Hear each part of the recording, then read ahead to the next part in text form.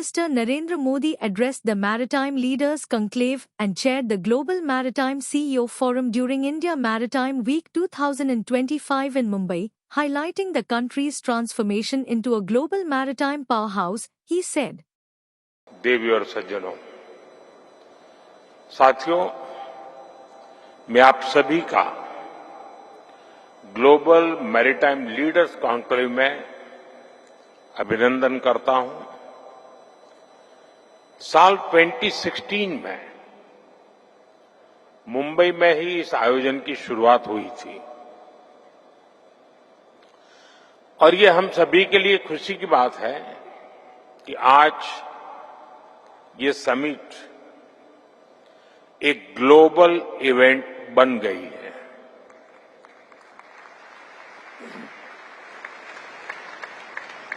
आज यहां इस कार्यक्रम में दुनिया के 85 से अधिक देशों की भागीदारी ये अपने आप में एक बहुत बड़ा मैसेज दे रही है। शिपिंग जायंट्स, उसके सीईओ से लेकर स्टार्टअप्स तक और पॉलिसी मेकर से लेकर इन्वेस्टर्स तक इस समय सभी यहां मौजूद हैं। स्मॉल आइलैंड नेशंस के प्रतिनिधि भी यहां उपस्थित हैं। आप सभी के विजन से इस समिट की सिनर्जी और एनर्जी दोनों बढ़ा दी है। साथियों, अभी यहां शिपिंग सेक्टर से जुड़े कई प्रोजेक्ट्स का शुभारंभ हुआ है। शिपिंग सेक्टर में हुए लाखों करोड़ रुपए के एमओयूज भी जारी हुए हैं। ये दिखाता है कि भारत के मैरीटाइम सामर्थ्य पर दुनिया का कितना विश्वास है। इस आयोजन में आपकी उपस्थिति हमारे कॉमन कमिटमेंट का प्रतीक है। साथियों, 21वीं सदी के इस कालखंड में भारत का मैरीटाइम सेक्टर तेज गति और ऊर्जा के साथ आगे बढ़ रहा है। खासकर साल 2025 भारत के मैरीटाइम सेक्टर के लिए बहुत अहम साल रहा है। मैं इस वर्ष की कुछ खास उपलब्धियों का जिक्र आपके बीच करना चाहता हूं। विजिंजम पोर्ट के रूप में भारत का पहला deep water international transshipment hub अब ऑपरेशनल हो चुका है।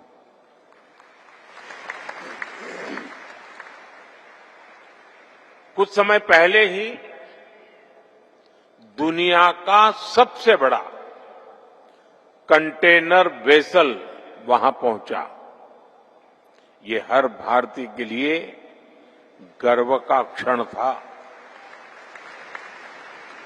साल 24-25 में भारत के मेजर पोर्ट्स ने अब तक का सबसे अधिक कार्गो हैंडल करके भी नया रिकॉर्ड बनाया है।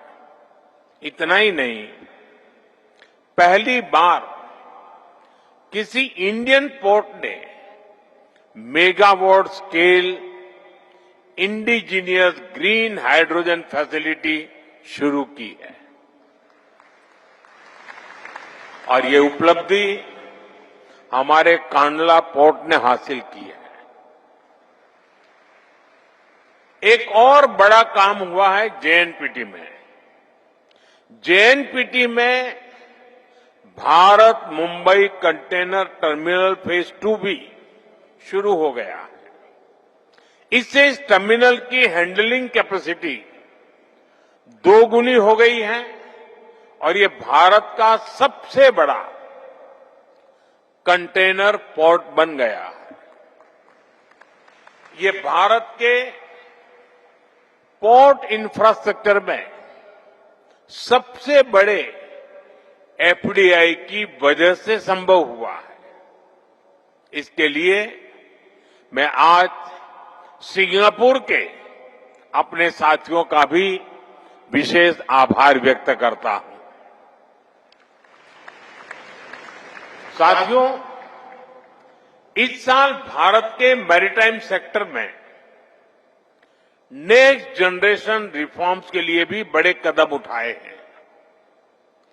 हमने 100 साल से ज्यादा पुराने कॉलोनियल शिपिंग लॉज को हटाकर 21st सेंचुरी के मॉडर्न और फ्यूचरिस्टिक लॉज लागू किए हैं।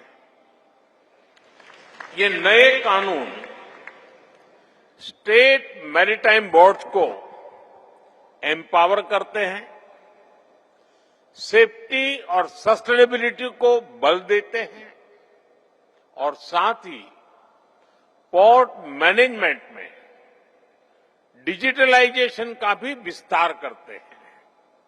साथियों, द मर्चेंट शिपिंग एक्ट में हमने भारतीय कानून को इंटरनेशनल कन्वेंशन के साथ ग्लोबली अलाइन किया है। इससे सेफ्टी का भरोसा बढ़ा है, ईज ऑफ डूइंग बिजनेस को बेहतर बनाने में मदद मिली है, सरकार का दखल कम हुआ है।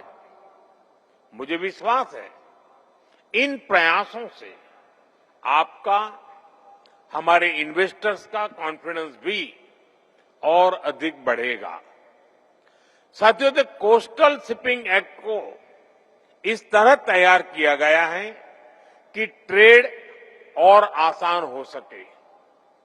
ये सप्लाई चेन सिक्योरिटी को मजबूत करता है, साथ ही इससे भारत की लंबी कोस्टलाइन पर बैलेंस डेवलपमेंट सुनिश्चित करेगा। ऐसे ही one nation one port process port से जुड़े प्रोसीड्यूर्स को भी स्टैंडर्डाइज करेगा और डॉक्यूमेंटेशन का काम भी काफी कम हो जाएगा। साथियों, शिपिंग सेक्टर के ये रिफॉर्म्स एक प्रकार से बीते एक दशक की हमारी रिफॉर्म जर्नी का कंटिन्यूएशन है। अगर हम पिछले 10-11 वर्षों को देखें तो भारत के मैरीटाइम सेक्टर में जो परिवर्तन आया है वो ऐतिहासिक है। मैरीटाइम इंडिया विजन के तहत 150 से अधिक नए इनिशिएटिव शुरू किए गए हैं। इनसे मेजर पोर्ट्स की कैपेसिटी लगभग दोगुनी हुई है, टर्न अराउंड टाइम में भारी कमी आई है, क्रूज टूरिज्म को भी नई गति मिली है। आज इनलैंड वाटरवेज पर कार्गो मूवमेंट में 700% से ज्यादा बढ़ोतरी हुई है। ऑपरेशनल वाटरवेज की संख्या 3 से बढ़कर 32 हो गई है। हमारे पोर्ट्स का नेट एनुअल सरप्लस भी एक दशक में 9 टाइम्स इंक्रीज हुआ है। साथियों, हमें गर्व है कि आज भारत के पोर्ट्स डेवलपिंग वर्ल्ड के सबसे एफिशिएंट पोर्ट में गिने जाते हैं। कई मामलों में तो वो डेवलप वर्ल्ड के पोर्ट से भी बेहतर प्रदर्शन कर रहे हैं। मैं आपको कुछ और आंकड़े देता हूं। आज भारत में एवरेज कंटेनर ड्वेल टाइम 3 दिन से भी कम रह गया है। ये कई विकसित देशों से भी बेहतर है। Average vessel turn around time 96 hours से घटकर सिर्फ 48 आवर्स रह गया है। इससे भारतीय पोर्ट्स ग्लोबल शिपिंग लाइन के लिए और अधिक कॉम्पिटिटिव और अट्रैक्टिव बन गए हैं। वर्ल्ड बैंक के लॉजिस्टिक परफॉर्मेंस इंडेक्स में भी भारत ने काफी अच्छा सुधार किया है। और साथियों, शिपिंग सेक्टर में ह्यूमन रिसोर्स में भारत अपना परचम लहरा रहा है। भारत के सीफेरर्स की संख्या पिछले एक दशक में 1.25 लाख से बढ़कर 3 लाख से ज्यादा हो गई है।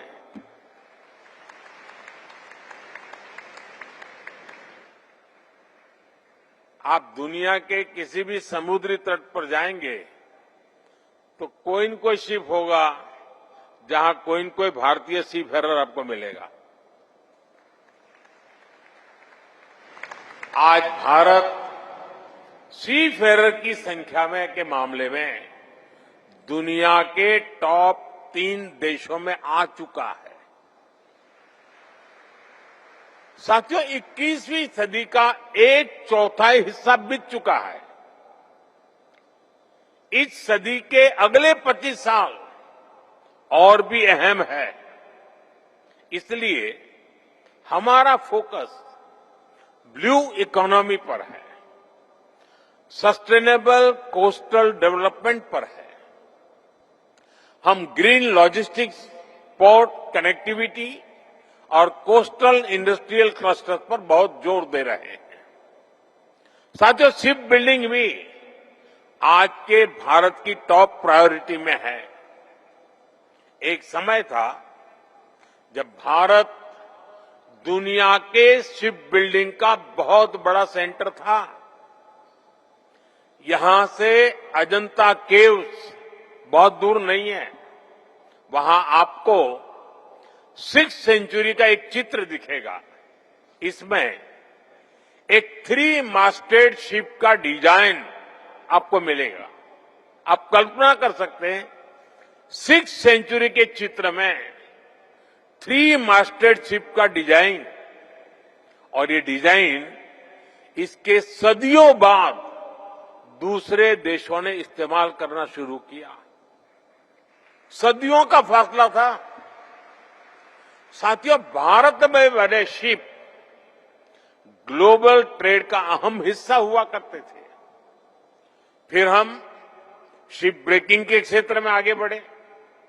अब भारत फिर से शिप मेकिंग के क्षेत्र में नई ऊंचाइयां छूने के लिए अपने प्रयास तेज कर रहा है। भारत ने अब लार्ज शिप्स को इंफ्रास्ट्रक्चर एसेट्स का दर्जा भी दे दिया है। ये पॉलिसी डिसीजन इस कार्यक्रम में मौजूद सभी शिप बिल्डर्स के लिए नए रास्ते खोलेगा। इससे आपको फाइनेंसिंग के नए विकल्प मिलेंगे, इंटरेस्ट कॉस्ट घटेगी और क्रेडिट की सुविधा आसान होगी। और साथियों, इस रिफॉर्म को गति देने के लिए सरकार भी लगभग 70,000 करोड़ रुपीस इन्वेस्ट करेगी। इससे डोमेस्टिक कैपेसिटी बढ़ेगी, लॉन्ग टर्म फाइनेंसिंग को बढ़ावा मिलेगा, ग्रीनफील्ड और ब्राउनफील्ड शिपयार्ड का विकास होगा, एडवांस मैरीटाइम स्किल तैयार होगी और युवाओं के लिए लाखों जॉब जनरेट होगी, और आप सभी के लिए भी इससे इन्वेस्टमेंट के नए रास्ते खुलेंगे। साथियों, ये धरती छत्रपति शिवाजी महाराज की भूमि है। छत्रपति शिवाजी महाराज ने न केवल समुद्री सुरक्षा की नींव रखी, बल्कि अरब सागर के ट्रेड रूट्स पर भारतीय सामर्थ्य का परचम भी फहराया था। उनके विजन ने हमें दिखाया है कि समुद्र केवल सीमाएं नहीं, अवसरों के द्वार भी होते हैं। आज भारत उसी सोच के साथ आगे बढ़ रहा है। साथियों, भारत आज ग्लोबल स्तर पर सप्लाई चेन रेजिलियंस को मजबूती देना चाहता है। हम वर्ल्ड क्लास मेगा पोर्ट्स के निर्माण में जुटे हैं। यहां महाराष्ट्र के वाढवण में ही 76,000 करोड़ रुपए की लागत से नया पोर्ट बनाया जा रहा है। हम अपने मेजर पोर्ट्स की कैपेसिटी को 4 गुना बढ़ाने के लिए काम कर रहे हैं। हम कंटेनराइज कार्गो शेयर में भी भारत का हिस्सा बढ़ाना चाहते हैं और इन सभी लक्ष्यों की प्राप्ति में आप सभी हमारे अहम पार्टनर हैं। हम आपके आइडियाज, इनोवेशंस और इन्वेस्टमेंट का स्वागत करते हैं। आप भी जानते हैं, भारत में पोर्ट्स और शिपिंग में 100% एफडीआई की अनुमति है। अभी पब्लिक प्राइवेट पार्टनरशिप तेजी से बढ़ रही है। Make in India, make for the world, इस विजन के तहत इंसेंटिव्स भी दिए जा रहे हैं। हम स्टेट्स को भी प्रोत्साहित कर रहे हैं कि वे इन्वेस्टमेंट को आकर्षित करें। इसलिए आप सभी अलग अलग देशों के इन्वेस्टर्स के लिए भी भारत के शिपिंग सेक्टर में काम करने का, अपना विस्तार करने का यही समय है, सही समय है।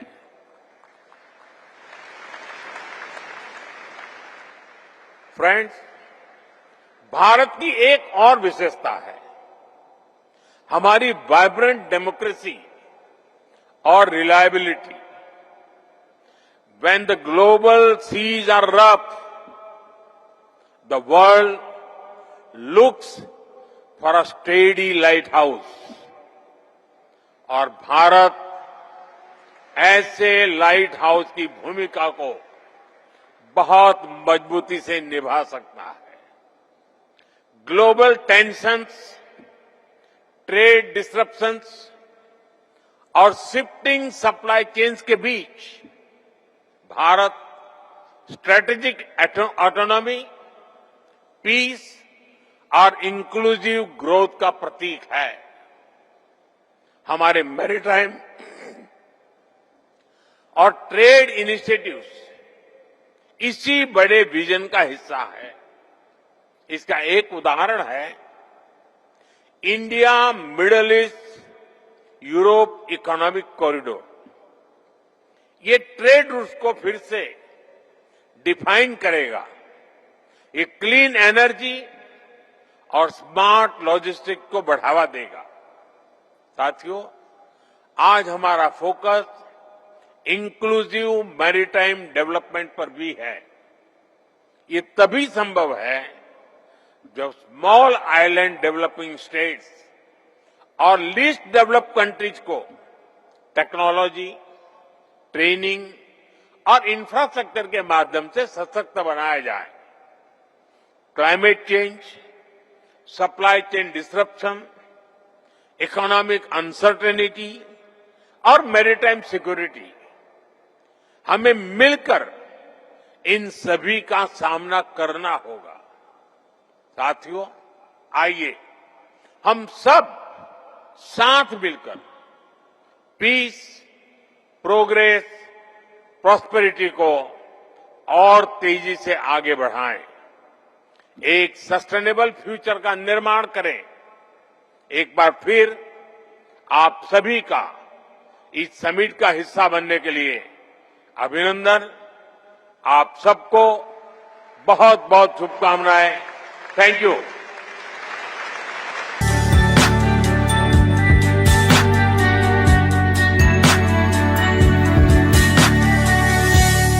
watching Travel World Online.